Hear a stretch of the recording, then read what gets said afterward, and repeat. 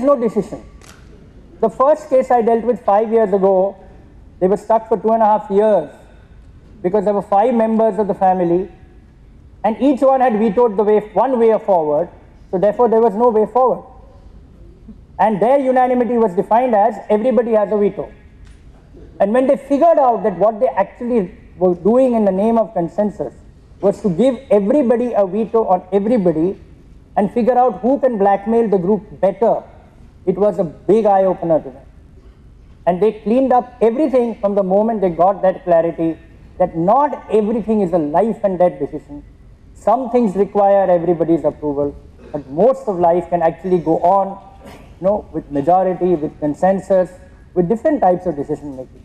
So defining these processes and being clear what is make or break, what is not make or break, is really critical to making a family constitution work, because you won't even have a constitution because we'll be waiting for the same unanimity which never comes.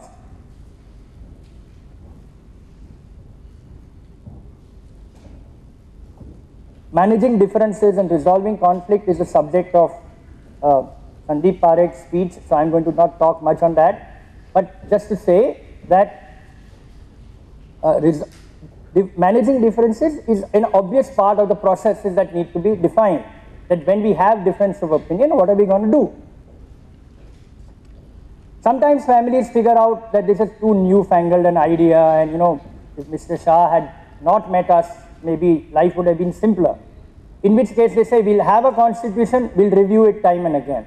Okay, so typically I don't agree to anything that's less than 3 to 5 years, but otherwise I say, okay, 3-5 years, we can come back and look at it, because many things, you can't conceive everything. So a process for reviewing a constitution is typically part of that. And of course, MIS, information, this, that. Second, third generation families are also concerned with representation, who has a voice, and as we just discovered, who has a right to stop a decision, and really what is the meaning of unanimity, what's the meaning of consensus, are these all words the same? All of that is achieved through structure. Some of these are samples of that are up on the slide. Councils, a fund for safety, ladies, widows, non-employed people, special needs people, people who have accidents, okay. And families nowadays are constituting a business board, which is family members. I met somebody from the Merck family, which is in its 32nd generation. Amazing, amazing. Okay, I can't even imagine 32nd generations of an Indian family doing business together and not killing each other. But they are in their 32nd generation, and they have a family business board which has elected members. When they have that meeting, which they have only once in 2 years, they have 2,000 people in the room eligible to vote. And by this process, basically it illustrates that as the families grow larger, they need to give people a voice and to decide who will have what voice. One such structure is the family business board.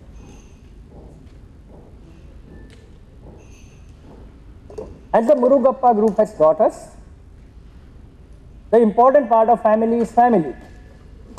And how do we keep the bonding of a family alive when we live in 4 continents?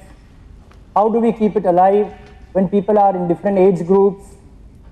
How do we keep it alive when young guys walk into a puja wearing jeans? I've seen all this, and elders are aghast and they say, my God, all our values are destroyed. All that is the subject of family meetings, and which is basically the heart part of it, which we referred to earlier in the presentation. What is our family? What is it that we hold dear? The puja or the jeans, and so on and so forth. Defining that, keeping it alive, keeping the family alive, as the Murugappa family has taught us, is the subject of family meetings. So this is a kind of overview of what a constitution may contain. One pushing and pulling point that all families have is roles. Who gets to sit in the chair with the canopy? And nowadays, of course, people are fighting over who gets to take care of international business. Okay, and then what happens when all the members of the family, when the guys grow up and get married? And right now I have a Marwadi client, and his young son, 27, has married a private banker, an Indian girl, a Marwadi girl, and they said, perfect. And she's been a private banker, worked in the city of London, has come back here, was recently working in a foreign bank in India, got married, and soon thereafter they told her, will you like to attend a cooking class? So this is a kind of role change that Indian women are not taking anymore. They're educated, globalized, and they want to stand up and be counted. So there's always a push and pull with alignment of roles. The other push and pull is when the kids grow up. Another famous family has an odd situation. They have no male inheritors and they have 3 lady inheritors. And between them they have 7 children, including 5 boys. And everything is going smooth till the boys grow up. And then, with no apparent logical process in place, how a successor should be created, acceptable to everybody, the push and pull starts. Constitutions therefore do a lot of work when I work with families on figuring out how will we manage the entry and progress of the next generation.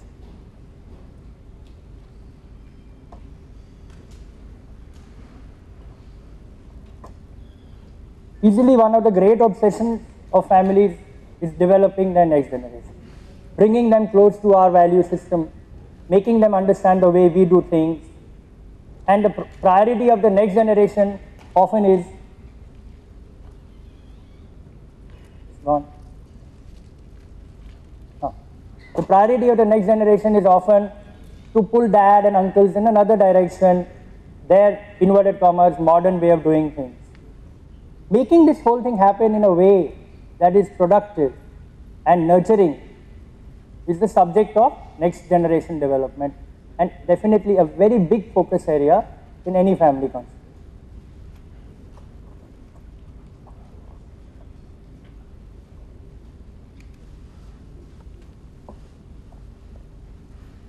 I must warn you, this all looks very left-brained, but it's all right-brained, okay? The process is more art than science, and getting lots of people who don't agree with each other to come to an agreement is fun if you are me, but it's not everybody's cup of tea. The process, it requires endless facilitation, conciliation, and a genuine desire to make it all come together and make the magic happen. This is a sample constitution making exercise for a small family. I just did this agreement, I took it out of that. It's an odd family, it's only mom, dad, and 2 sons, 1 daughter-in-law. And typically, I familiarize people with what is family business continuity, what is the academic area, what is the kind of, present cases, ask them to discuss them. Sensitive issues are thrashed out in the third person by commenting on people in cases, and therefore they don't have to comment on themselves. And they kind of open up.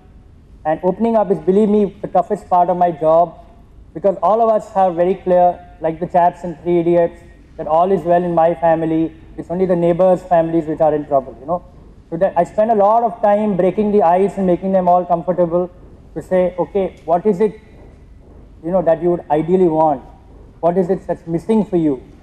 What's present but you don't want it to be there? And I do that in the one-to-one sessions. Then I get right down to work and say, okay, let's sit down, mobiles off, and figure out what's important to us, what should our constitution look like.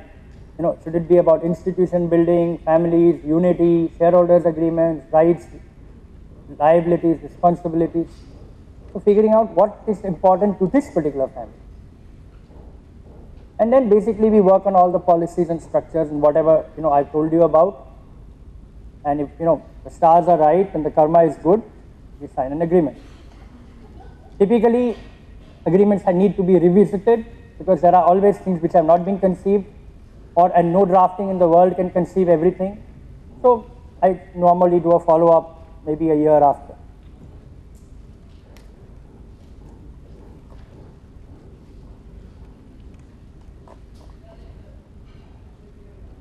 Layers exist within layers, within layers, within layers. So without the Indian EQ, Sarkar would be a different movie. So would our Indian family system. And therefore, if when you talk to wealthy families who you are connected with, be very cognizant that the emotional thing is very important to them. That is what is uppermost to them. Though, it will be disguised in small conversation about compensation and who took his wife for a holiday on a first-class ticket and something else. But actually, right underneath, Indians are emotional people. The EQ is the most important. And therefore, at Evergreen, we are now working on creating a separate workshop for families in the area of communication. But I kind of find that I am doing half my job, what I am not paid to do. So I'm going to actually create a communication workshop with a psychologist and another expert, and therefore help families to open up their communication. So when they enter the process, they're ready to talk about the things which are important to them. And do remember, Indian families are notoriously secretive. Everything is a secret. That they met you is a secret. That they're thinking about this is a secret. The secret is a secret. As I said, this is the moment. Indians are changing. The big guys are changing. The middle guys are changing. Families who don't need a constitution come and, through somebody or the other and say, the constitution kya hai, mere ko banane ka hai. And, I try to do that, of course, I just do that for free. But the point is, this is something you will see an explosion of. As the family office world is exploding in one direction, in the area of investment, wealth, etc., in another direction, you will see family business advisory work also exploding.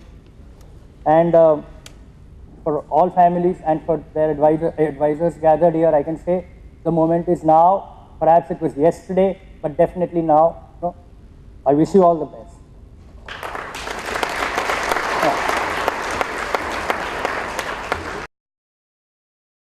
Would any of you